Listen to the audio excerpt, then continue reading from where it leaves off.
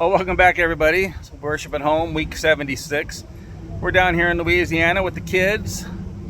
This week we're sharing a really good video from I Am Second, so I hope you enjoy. God bless.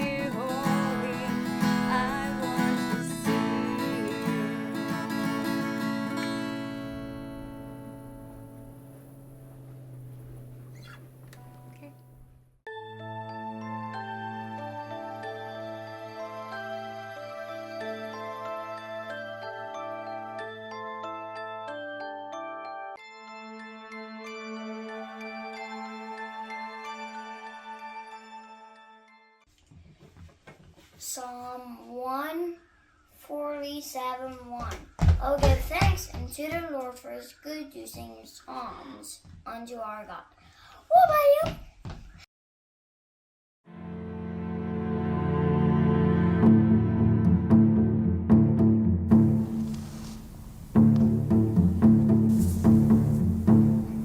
you? God said something to me.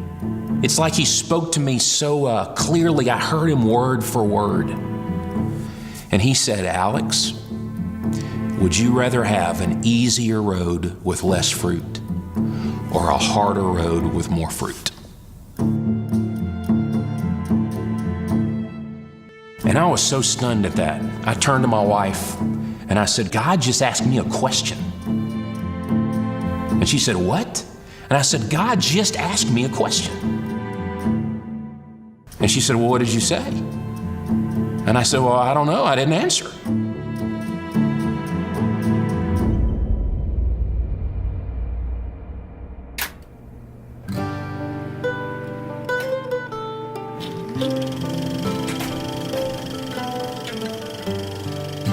As a boy, for years we didn't have a television. Our parents were pretty conservative, loved the Lord and wanted to, rightly protect us. We were able to see on occasion a movie, a family-friendly movie at the theater. And I remember being so enamored with these huge stories on screen. The Raiders of the Lost Ark, the Star Wars movies. And somewhere around the age of 9 or 10, I remember thinking, I must do this. Most of the stories that I made as a kid with our home video camera were chase 'em down, beat 'em up movies. We had to have action, we had to have humor. We'd show them to our family or our neighborhood friends, and they'd laugh with us.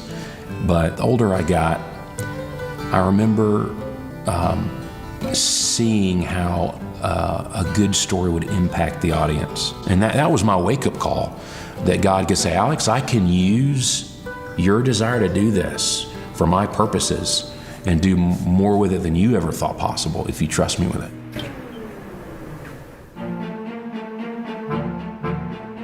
I prayed about it, and God gave me this idea for a plot called Flywheel. Flywheel was about a used car salesman who would live one way in front of his family and church friends, of course another way behind the scenes. And men began responding to the story of Flywheel, saying, "That's me on the screen, that is me." Then before we knew it, Blockbuster Video had picked it up and put it in their stores nationwide, and I was excited. At the same time, I was overwhelmed. And our pastor Michael came back and said, "This may be an open door that God has given us. We may need to pray about continuing this avenue for ministry." And that led us to our second movie, Facing the Giants. And I had no clue what was coming. God was about to teach us something hard and yet amazing. We felt a very strong sense that God was saying, deal with faith. Everybody has a giant fear, a sense of failure, struggling with inferiority, or some ball and chain in their own life. We ask the question, is God only worthy of being worshiped when he's good to you? Or is he worthy of being worshiped because he's God? I'm excited about this message. And then we go knock on several doors of distributors, hoping that somebody will pick it up and release it theatrically. No one was interested. They said, "It's a nice story, not really our cup of tea, or not something we feel like would work well enough to invest for a theatrical release." So I was frustrated. And I said, "God, I feel like you gave us this theme and this message. And you took us down this road, and we've poured our heart and soul into this. And we did this for you, and now it's sitting on a shelf. No one's interested. Why?" God said to me, "Alex, you made a movie that says that God is worth worshiping and serving whether you win or whether you lose. Will you do that with this film?" So we surrendered it to God, and I died to a theatrical release. Soon after that, a music company calls us that we had asked permission to use a song in the film Facing the Giants. And they say to us, "Not only can you use this song, but our parent company is interested in releasing your movie theatrically." And we said, "Who's your parent company?" And they said, "Sony." It's the one door we had not knocked on. God opened a door we could not have opened. We didn't even knock on their door. And Facing the Giants was released in several hundred movie theaters in the fall of 2006. And it did better than any of us expected. The marketing budget was small. The number of theaters was so far less than any other Hollywood movie. But the response was incredible, and people were saying, "This is my giant, that's my giant." God had done the same thing in my life, and watching him do it in so many other lives was so fulfilling.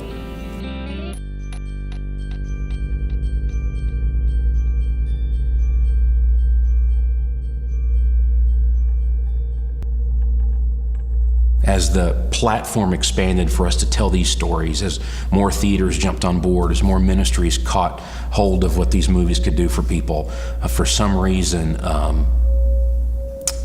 the path got harder for us.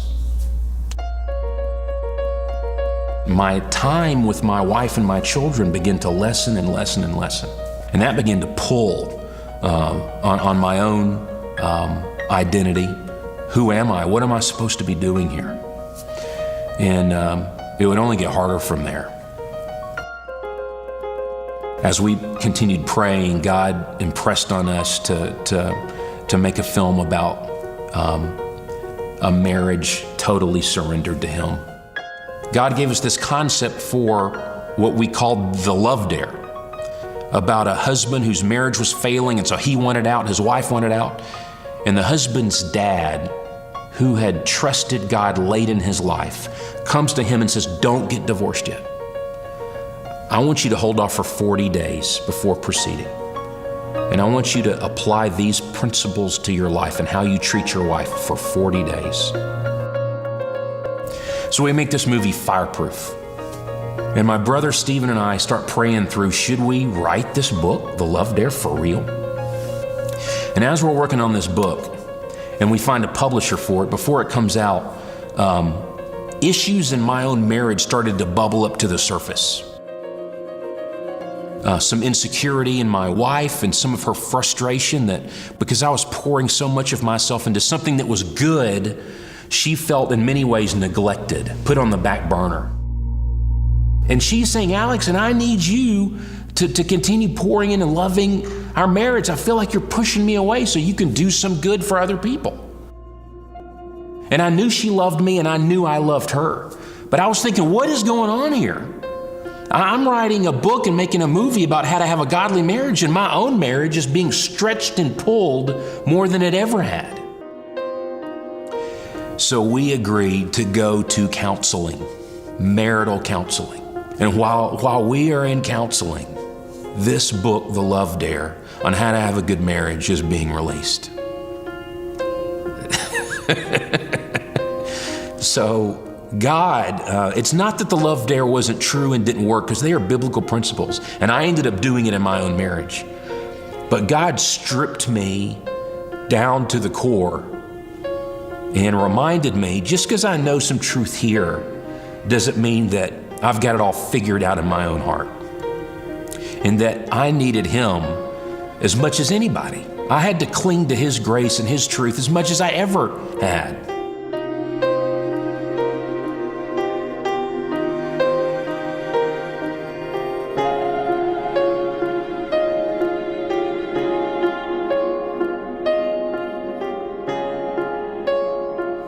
After Fireproof, God, do you want us to make another film? And if so, what should it be about? And after praying, God directed us to fatherhood. I don't have to tell you what's going on with men in our culture. They're not stepping up the way they need to step up. And in some ways, I wasn't stepping up the way I needed to step up. It kind of freaked me out because I was thinking, God, why are you making me live out the movies that we're presenting? You did it in Giants, you did it in Fireproof, and it kind of unnerved me because in some ways, I wasn't so sure I wanted to do another movie. God has a way of knocking the pride out of you, but He also has a way of using you. So, as long as He gives me the strength and the grace to tell another story, if He's there with me, I'll do it.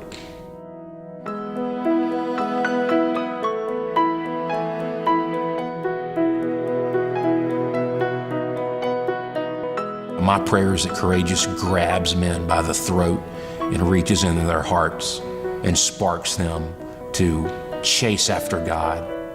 We want to see God rock our culture with men stepping up. So I'll carry that torch. My brother Stephen will carry that torch if he helps me. I'm counting on it. My name is Alex Kendrick, and I am second.